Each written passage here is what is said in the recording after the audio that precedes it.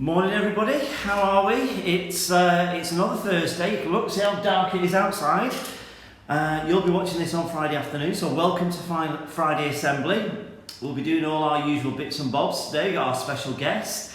And the first thing that we're going to do is recontinue our tour around the school. So, been to reception, 1, 2, 3 last week, visited Mr. Raven and Miss Berry. Let's go and see what Year 4 are up to. As we know, our Year 4 are on the top level of the school. So we come up the stairs from Year 3. Let's have a little look in here. Morning, Mrs. Lucas, how are we? It's assembly time. I can tell.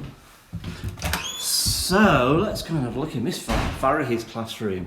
Strawberry Field, so there they all are on the door. Let's have a little hunt round. Let's have a look what they're doing in project-based learning at the moment. Okay. There we are, some beautiful written work there. In music, we all know Miss Farahi likes music. She sends us lots of emails to keep on singing. What else are they doing? Okay, look, that looks like some grid work, doesn't it? Some kind of map. Okay. Let's go over and have a look at the English working wall. What are they up to here? Dumbledore defeated... Oh yes, their project is all about Harry Potter, isn't it? Some key words perhaps. Magpie words and spellings. Spelling, can you spell these in your phase? Dazzling, remarkable, striking, unforgettable, tricky. In the summer of 1991, a tremendous wizard was born. Did you know? Without a doubt. That's a good word. Good phrase, isn't it? What are they up to in maths? Real life maths. Well done, our Rockstars winners. What else have they been up to? Wow, it's tricky that. In science, let's go into the mouth. Come out to the mouth. All about teeth. Boy, have we got to look after our teeth. Computing. Avatars, yes. Gosh, we've got to be really safe when we go online. Look after ourselves. And Spanish. Let's head next door. That's nice, isn't it? Be happy, be silly, be kind. Be honest. Can't say fairer than that. There's postbox. Okay, Miss Atherton's class. Isn't that nice? Penny Lane, with all those lovely hearts. So they've got their Spanish, their numbers, and their words, and their classroom instructions. Miss Farahi next door would be pleased. Oh, we've got Hogwarts, and we've got Harry Potter, notations, daily singing. The elf on the shelf has been doing all sorts of things in this class, so we believe. What can we see over here? Well, you'll see similar to next door, because it's the same year, isn't it? So we've got science, Miss Atherton's class. She's been telling all the teachers to send her things about science. There's the work they've been doing about being healthy. And English, working wall. Ron Weasley humiliated by Malfoy. The victorious Harry Potter takes the snitch. Sneaky Snape. Sneaky Snape sabotages Quidditch. Dumbledore defeated. Bit of a plot spoiler there. Sorry if you've not watched it. Okie dokie. Maths working wall. That's what they've been up to. Multiplying. Here you go, Mrs. Delaney. Just so you know, maths is happening in Year 4. Look at that. Oh, more mouths. Array. Lots of. Multiplied by, groups of. That's a tricky thing about maths, because there's often different language which means the same thing. It's out to trick you, but as long as you know all that different language, you'll be absolutely fine. Multiplication square. 7 times 6, anybody? Well done, Krish. A splash of art, just starting their artwork up there, and their wow wall.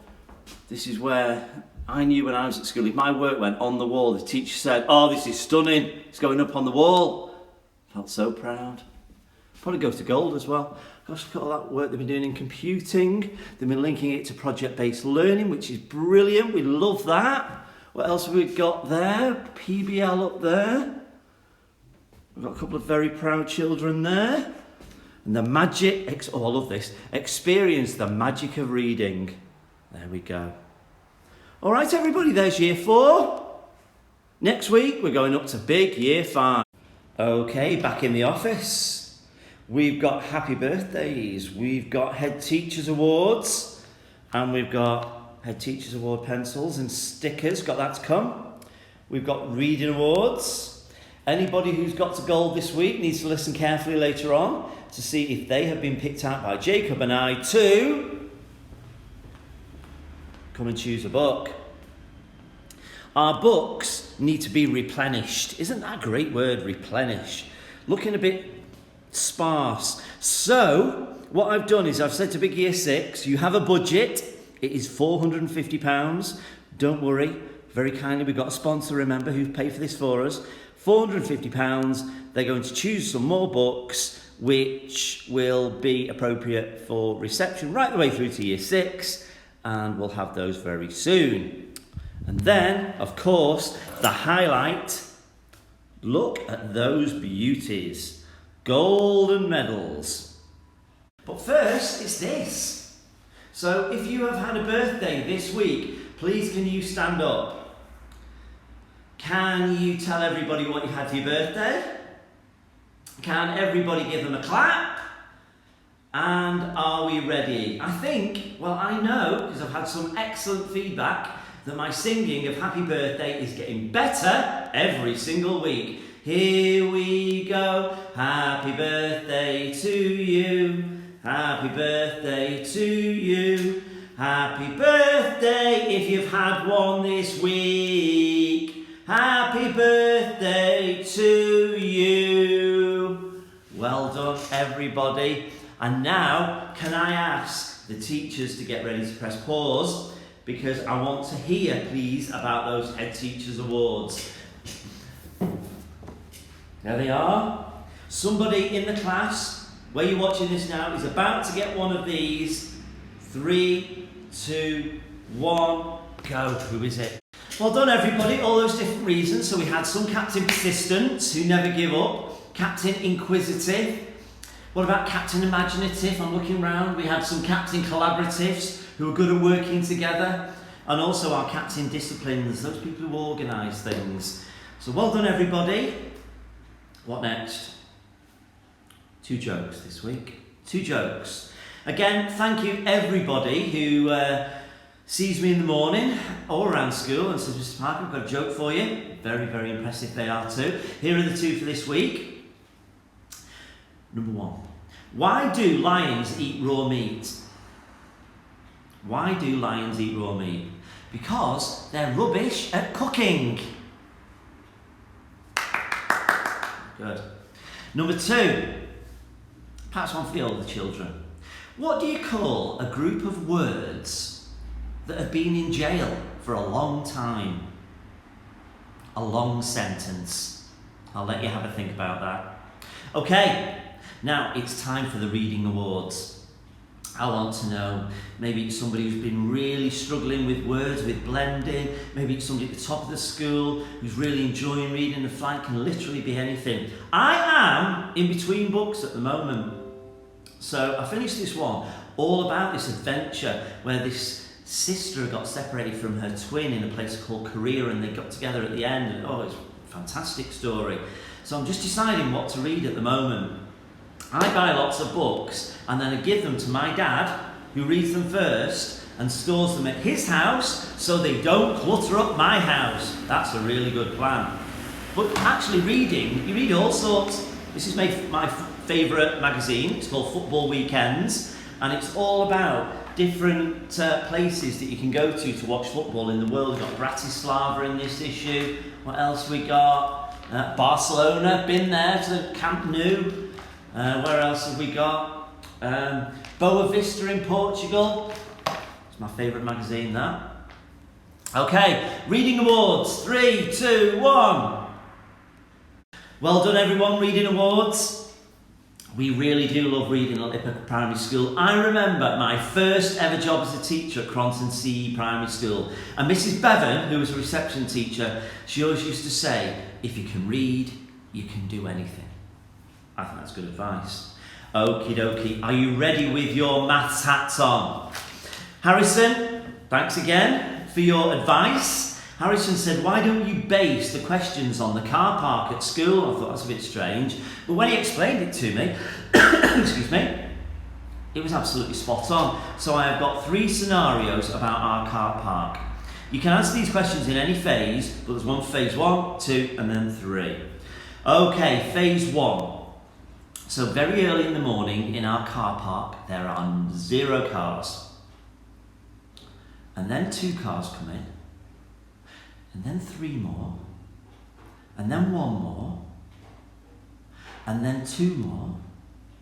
And then 2 more. How many cars are in the car park altogether? Okay. The next question, if our car park, if it has 9 cars in, okay, my question to phase 2 is, and they've all got 4 wheels, 9 cars have got 4 wheels each. How many wheels is that altogether? No, okay.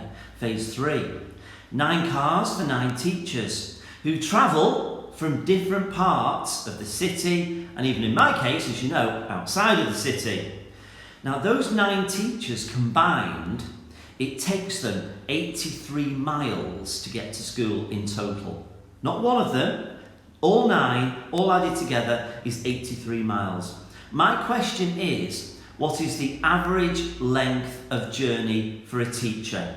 That's tricky because Mrs. Delaney has told me you've not even done average yet, but have a go. I'll give you the answers in a minute. Let's give you those answers. Good thinking, everybody.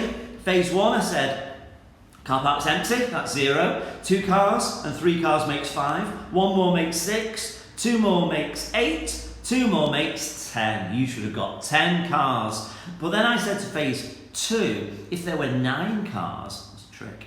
If there were 9 cars and they all had 4 wheels, how many wheels? And we always say times tables, you do it for a reason. Not just so you can go 8 2 is 16 and know it. It's for a reason.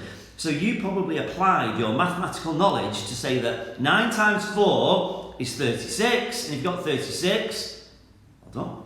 Lastly, phase 3. I know you've not done averages yet, but 9 teachers, a combined total of 83 miles to school. What was the average length of journey? 9.2 miles. If you want to be picky, 9.22222. Okay? Well done, everybody. Okay, next part is golden tickets. Children in our school are so proud if they get, well, whatever they do, they get to silver, but getting to gold is a real achievement. So you've got to do 2 things in one day, which are kind of above our LIPA expectations. Then Miss Logan very kindly collates, that's another good word, into phase 1, phase 2, phase 3, and then we draw 2 winners out. These are the prizes. Ready, ready, ready. And teachers, can you open the email from Jacob and I, and it will tell you who are the winners. Well done, everybody. You are welcome after this assembly to come up to my office. If I'm here, great, we'll have a chat. If not, the door is open. Please come in and choose your book to take home and read over the weekend. Well done, everybody. Okay, we're coming towards the end of our assembly, but we always have a special guest, don't we? Somebody who is involved with our school, helps our school, maybe works within our school. We've had David, our finance manager. We've had Joe, governor. We had Mr. Raven the other week. We've had Jamie, one of our music team. This week, our guest is Flo Lucas. And Flo is our chair of governors, which is a really important role. She works closely with me and Mark, organising the school, and Flo has been chair of governors since before our school even opened. So I came to this school in probably January, before our school opened in September, and Flo was already working as chair of governors. We wouldn't have been able to open without Flo. So let's find out all about Flo. Flo, welcome to our Friday assembly, and thank you for being our special guest. Welcome. Thank you very much, Mr. Parker. So we've got a few questions for you, if that's okay. That's fine. And the first one is, how did you first become involved with Big LIPA? Gosh, that's a heck of a question. I'm going to take you back to 1989. That's more than 30 years ago, when Mark from Big LIPA, and everybody in our school will know Mark, came to the council with an idea. And I was a councillor, and I heard the idea and thought it was fantastic. And 2 years later, I was on the shadow governing body, and I've been involved ever since. And what a wonderful thing it's been to do. And a bit like that, you're still our chair of governors, but you were our chair of governors before we were even open. So why did you decide to take that role on for us? 2 reasons, really. The first, because I loved the idea that we could do education, that we could teach children in a different way. I was a teacher, and so not having to follow some of the rules was fantastic, I thought. And I wanted to make sure that happened. And secondly, because having started out on this journey, I wanted to see it through to the end. And being on the governing body at that time, I thought was a great experience and a great privilege too. Good. Which leads perfectly into the next question, which is about that journey. So the journey for our children started in 2014 in September, but we were involved prior to that, weren't we? What are your all of us have got our favourite parts of the journey. What are your favourite parts of our LIPA primary journey, do you think? Gosh, that's a heck of a question. My favourite parts, I think seeing children come into school before we opened with their mums, dads and carers, and talking about what they wanted the school to be, and saying how they wanted things to be done and what they'd like to see in their classrooms. That was when our year 6 were 5 years old. Indeed. And I remember it because I thought, what a wonderful sense those children have of how they want to be taught. And I thought it was great. So that has stuck with me. The other thing that has stuck with me is watching all our children go around the school, looking at their work, seeing it up on walls in the corridors and in classrooms, and then seeing them sing. And that was lovely, seeing them sing all the songs that I knew from when I was young and going to the cabin. It was great. Okay, thank you. Next question is about your wider career, because you have done lots and lots and lots. Can you give us a flavour? This might take lots of time, of all the things that you've been involved with and done in your career. Gosh. Okay, I left school at 16. I became a dental nurse. So I was the nurse that used to help a dentist. Wow. When people had their teeth out. And the worst thing I ever saw was a child of 5 having all her teeth removed. That was horrible. And that's why I made my children look after their teeth. So I was a dental nurse. Then I was a civil servant, so I worked for the government, and I was a person who worked in the Registry of Births, Marriages and Deaths here in Liverpool as well. And that was very interesting. Then I got married. Then I became a teacher. Then I taught in a secondary school. I taught in a primary school. And I was head of English in a secondary school. And then I was head of language in a primary school.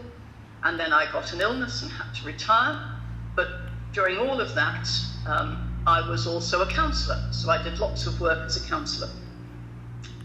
Okay. And here I am now. And one question that will take you back to when you were at school. When you were at school, what did you really want to be when you grew up? Really want to be? Yeah.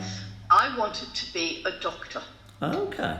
But I had a problem. I went to a grammar school, which was a school where children who wanted to be a doctor or a teacher usually went. I passed an exam to go there. But I had a problem. And my problem was I suffered from asthma and bronchitis. So I missed a lot of school. And I mean a lot of school. And I also, because I missed school, I didn't really want to go in because I'd missed some lessons. So instead of going to school, don't tell anybody, Mr. Parker. Okay. I used to go to the cavern at lunchtime.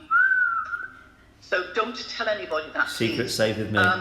So when I left school, instead of going to be a doctor, I became a dental nurse.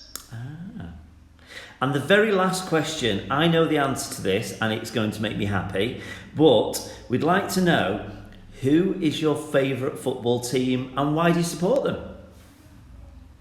Oh gosh, I'm afraid for those children who support Liverpool, I support Everton. And I started supporting Everton when I was about 9 years old, and my cousin, knowing that I liked football, used to take me to football matches at Goodison Park.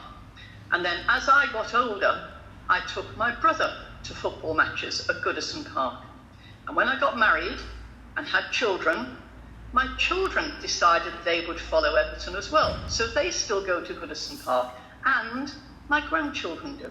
So it's great to have that as a family journey all the way through. Come on, you Blues! Flo, I think it's fair to say it really is a grand old team to support and a grand old team to play for. It certainly is. Flo, thank you for being our special guest. Thank you very much, Mr. Parker. Thanks again to Flo for being our special guest this week. It's time. Okay. Number 1. Let's start off with our youngest children. Thank you, Mr. Mason. Great choice. Now, this child in reception has made a fabulous start. They're already a role model. Mr. Mason has said they're very, very impressive. And he's used the phrase, taking charge of their own learning. How good is that, seeing as they're only 4 or 5? The winner is Leo in reception. Well done, Leo. This is coming to you. I'll bring it for you in a bit. And up to Year 2. Okay, you ready, Year 2? Thank you, Miss Wright. Great choice. It's a girl. And Miss Wright is so proud of this young lady's progress, how confident she is. She's going to say that she was saying that Mum will be so proud too, all round. Well done, Josie. This is yours. I'll bring it to you in a little while. And the last one this week takes us to Year 5. Okay, let me tell you why. I'm looking at my notes, so I keep looking down. There they are. They are trying really hard. They're focusing, massive improvement in everything, really good at relationships and helping other people, and a positive attitude to learning. I love those two phrases. So Leo in reception, taking charge in learning, whereas this person, this boy in Year 5, positive attitude to learning. Well done, Jamie. This is all yours. Okay, I will pop in with it in a little while. Well done, everybody who's got certificates. Have a lovely weekend, everybody. See you next week.